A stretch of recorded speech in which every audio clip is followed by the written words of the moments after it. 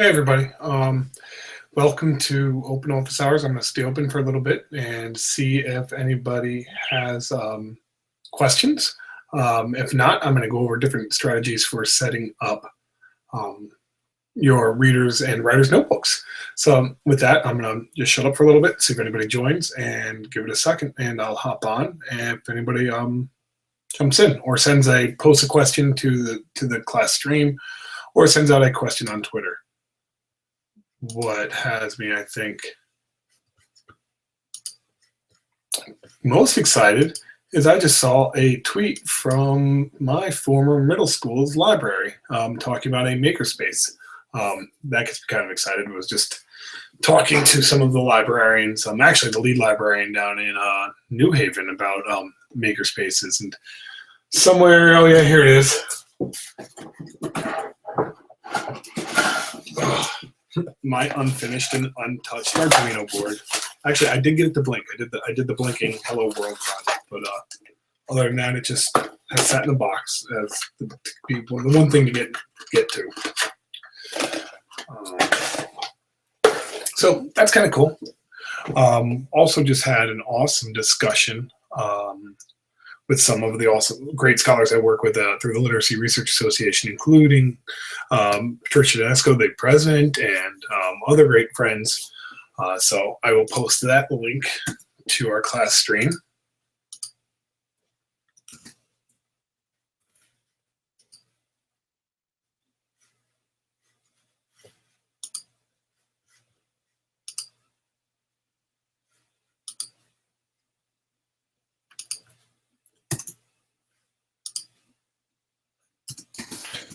I'll go back and edit it right now. I'm doing the one thing I tell you guys never to do is just my post and throw in a link, and I just did that. But I just want to be here on the show in case anybody wants to hop in. I'm going to give it another 2 minutes at 9:05 to see if anybody jumps in. Then I will just dispense with the dead air and go with discussions of readers and writers notebooks, and possibly talking about how you do the conferencing, because those are both big topics in Readers and Writers Workshop. And Readers and Writers Workshop is still kind of what the curriculum in New Haven Public Schools is built on. So it's critical for you to know it. It's also very popular in districts around Connecticut. It's a fun way to teach if it's done right. I think at the heart of it, really though, is having to create a sense of community. Like, it's not a workshop if it's all workshops require a process, but the thing is, what workshops share the most is a purpose, and then we learn how to use the tools in that workshop. And that's the same thing with writing, and it's the same thing with reading. We have it's really not so much strategy and instruction, but strategy exchange. You rely on the tools around you, you rely on the people around you, and that's kind of your job as a reading and writing teacher, is to truly, I say it all the time, if you don't have a passion for books or the written word, get out of this profession now. You have to really love the reading and the writing, or overcoming the struggle of, if you're somebody who had to learn to read and write, and then have to rediscover that passion. That's an important story that you can share. But that's at the crux of the workshop is so much of the culture of writing and reading being production-based products that we use to basically find our own voice and to share in our voices. And the writer's notebook and the reader's notebook can be set up in ways that will allow that to happen. Let me just refresh the Classroom stream, make sure no questions or comments might have came in. Nope.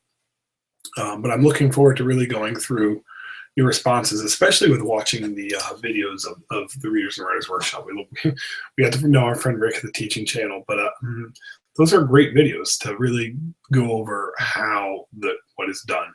And what I want to do the most is really talk about the video on the conferencing.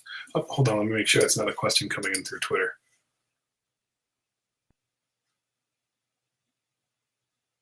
No, that was we were talking about using different techniques for using Twitter and sharing how to use Hootsuite and TweetDeck.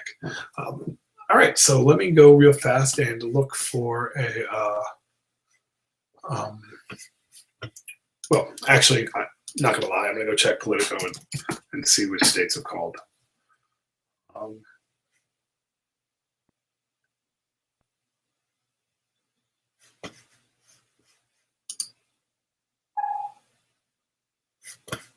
right, I'm back. Wow, that's pretty cool. Ebony Teach is somebody I follow on Twitter. She's talking about how they're using healing fictions to do their book accounts. I think I'm gonna have to check that out.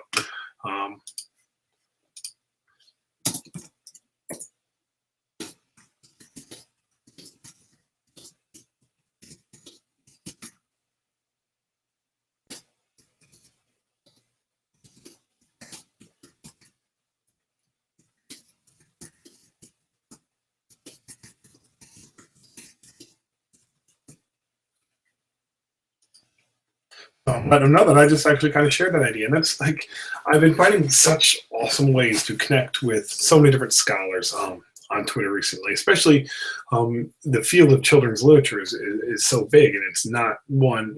I came out of more of literacy technology, but I've had a passion for children's literature, and then especially having my own children now, you really want them to be exposed to so many different stories from so many different perspectives and places. So it's been really cool. All right, so let me go look for my talk on notebooks. This is always a nice fun hunt through Google Drive.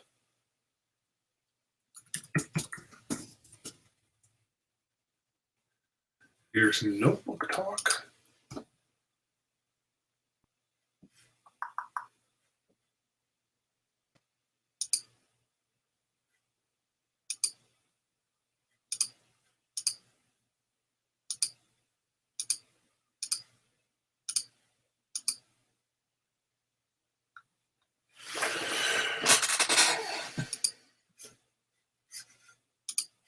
All right, so I will stop the talk if anybody hops into the live talk, or if I get any questions on the classroom stream about any of the projects, or if anybody hits me up on Twitter with any questions.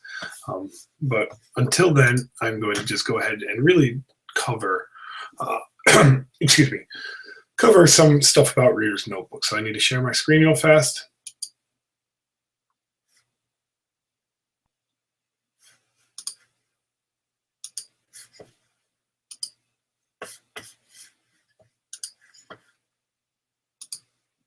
All right, so hopefully you're looking at my screen. And when we're doing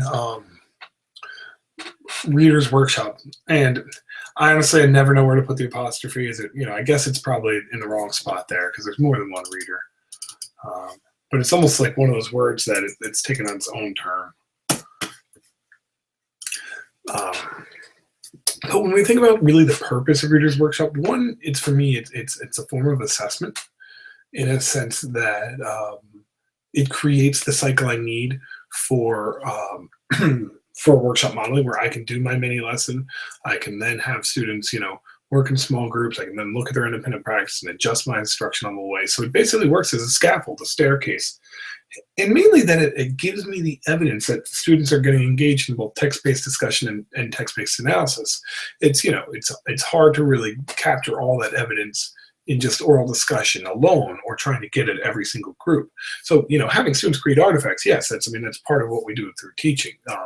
Does this conflate writing with reading? Yes, but that's why it's literacy. And what do we know is text-based analysis, text-based connections, talking about connecting literature to your passions is really how we can move students along. And the purpose of the notebooks is if you're having so many students read different books, it can give you a shared launching point to discuss and bring them together.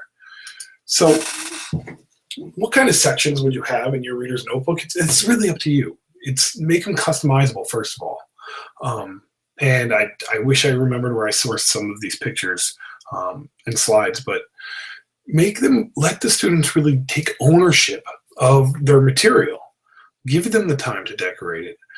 Have them set personal goals. We know we know that self-assessment is critical to learning. I mean, and you can, if you want to learn more about that, you can go read about some of the work in self-assessments. But having these students really understand their goals and why they're reading and why they're writing is critical. And then have them reflecting on their learning versus just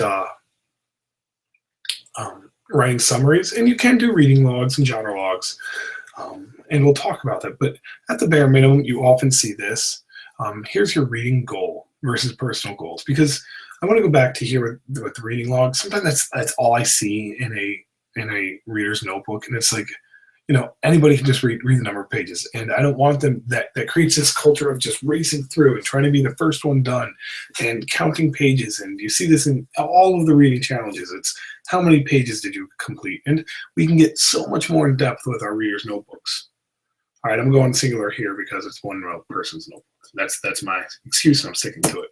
So I like to have students get very involved in their assessment of their reading goals when I'm doing workshop modeling. And what I'll do is I'll start off my conference with them, and we'll set the goal together. And then the students can then talk about the goal. And then when I meet a big goal, I have them explain, try to identify, well, now show me ways, tell me how you've met your goal. Can you give me an example? Can you show me in your notebook where you can prove to me that you've read more historical fiction this month, or that you've stopped every chapter and think, how can you prove that to me and show me that you achieved that goal? And connecting your conferring with the students with the notebooks that you use with the students, I mean, it's essential. So what are some possible goals? Well, you could have word attack and fluency goals. You could have genre goals, and this is where you can truly customize them for your students. That's part of the workshop model, and I think that's something that we often miss. Is we're just focused so much on that mini lesson and getting to that practice. Or a lot of times, it's happening with our workshop models is that time that kids are to be reading and we're to be conferring with the students. We're doing assessments that are somewhat supposed to be connected to our workshop goals, but providing us evidence that I think you as a teacher already knew. I think there is some benefit in the system-wide. I've been talking to some colleagues that maybe reading inventories do give you some system-wide data, but I'm talking about getting to know your reader. And the best way to get to know your reader is really through how you confer with them. So think about the goals that you're going to set. Either thinking goals, reading behavior goals, and have them kind of tracking these. But mainly, use the journal as a place for reflections. And this journal could be a blog. I mean, I think we just heard about Ebony talking about how her students were using Twitter as a way to journal through what they read. You can, that's like, what is Goodreads? Goodreads is basically one big, reader's notebook. So teach your kids to write reflections, and we're going to talk a lot about this you cover this a lot in 306 strategies, and we'll talk about it too as well, is teaching children how to get them to write reflections. This is something when we actually get into poetry, get into the actual genres, we'll be modeling a lot of and discussing strategies on how you get students to reflect on children's literature. So what you see here is a common tactic. Let me go back. You see where they'll have students will use Post-it notes inside of the books, because mainly, you don't write in the books because you only have 25 of them and you have 75 students, and you have to use them for the next 75. So Post-it notes is a strategy that teachers often use to have students, and you can see where they take their page numbers and they're putting them in the inserts here to kind of track their data. Now imagine doing this with this is the kind of stuff that kids love to look back at the end of the year, but to show parents growth over time, especially when you're talking in grades K to 3, the growth is so strong from the beginning of the year to the end of the year on these topics that it's easy to demonstrate. For example, if you look up here, you might see a kindergarten example over here, where we're looking at where they'll draw a picture and a sentence. Over on the left, we have these tasks with these reading responses here, and you can see that the student has to write them each day. Here's just a basic kind of reading log where they're tracking their page numbers and writing a comment. At the very least, if you're going to do reading logs, make them write a summary, like at least a sentence or a gist statement. Other things that people put in their reader's notebook. Let me just go check the class stream and make sure that nobody else has jumped in.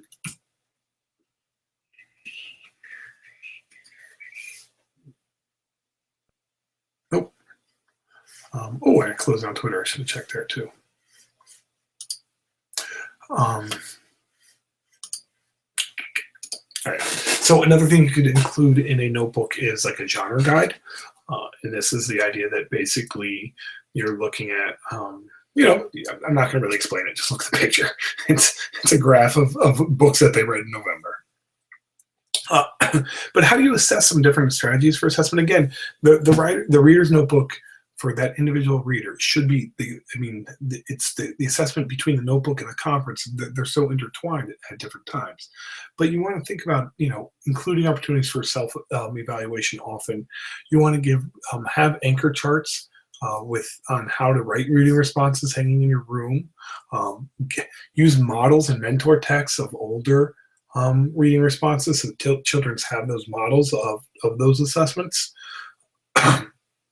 And you can have those things kind of hanging around the room. There are rubrics out there for reading responses. These are, you know, sometimes they're attached to, you can use the ones that are actually being used or piloted as part of the Smarter Balanced Assessments items, just so that you have a familiarity and your students have a familiarity with how they're scored. You know, and then, but also think about ways to just publish their work. Like the notebook can be the place where they generate the ideas in a writer's notebook. But, you know, really give them the chance to customize them and think about a way that they can make them their own. So when you think about it, your assessments really need to drive your instruction. They need to be formative. They need to show knowledge growth over time, allow for free response and reflection, and differentiate goals. Like each student can have their own thing, but mainly this has to be like part of your everyday thing. There's no such thing as a formative assessment that comes in a box or these scheduled. If it's a scheduled monthly assessment, it's not that formative in the sense that it's not changing your practice on a daily basis if you're waiting a few months for the results. But you can build these kinds of assessment practices right into your literature classroom. And, you know, there's ideas for, and I have a link here that has some strategies for using readers' notebooks where I've got a lot of these images from, but you can talk about guiding questions for students if you're focusing on comprehension strategies, or if you want to teach them like notebook strategies on how to take notes. Like, don't underestimate the importance of teaching kids how to take notes. Reflect on your own life. Like, how often were you actually told to take notes versus how often did people collect notebooks and grade them? And what happens without that kind of instruction is you're basically assessing organizational skills that, you know, the kids that are going to be organized will do fine from the get-go. You're not really gathering evidence of what knowledge growth you're looking for. So you need to think about not a checklist as a notebook approach, but more of a holistic understanding of a living artifact that's unfolding as the children's interacting with the literature that they're reading. You know, and there's more rubrics, and there's some links and stuff, and I will post this presentation to the class stream. All right. So let me go back to the Hangout here, stop sharing.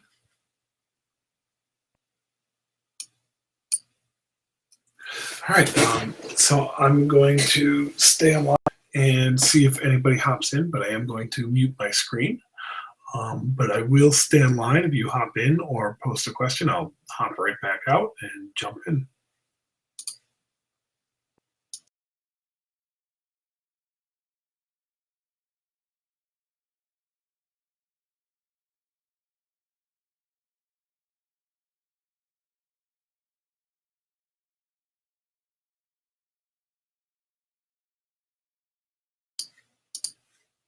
And I apologize to my one viewer who's just sitting there.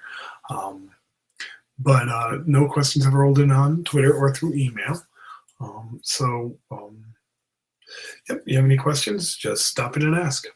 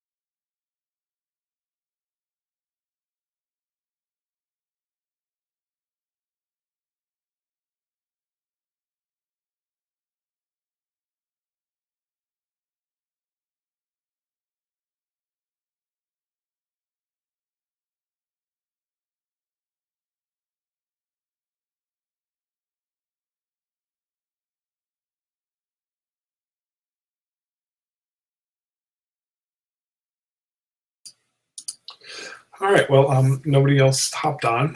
It's 9:30. I'm going to do one last check, see if any questions rolled into the class stream or on Twitter. And if not, I'm going to go ahead and sign off for the night. Just see the talk there. All right, everybody. I'm going to call it a night.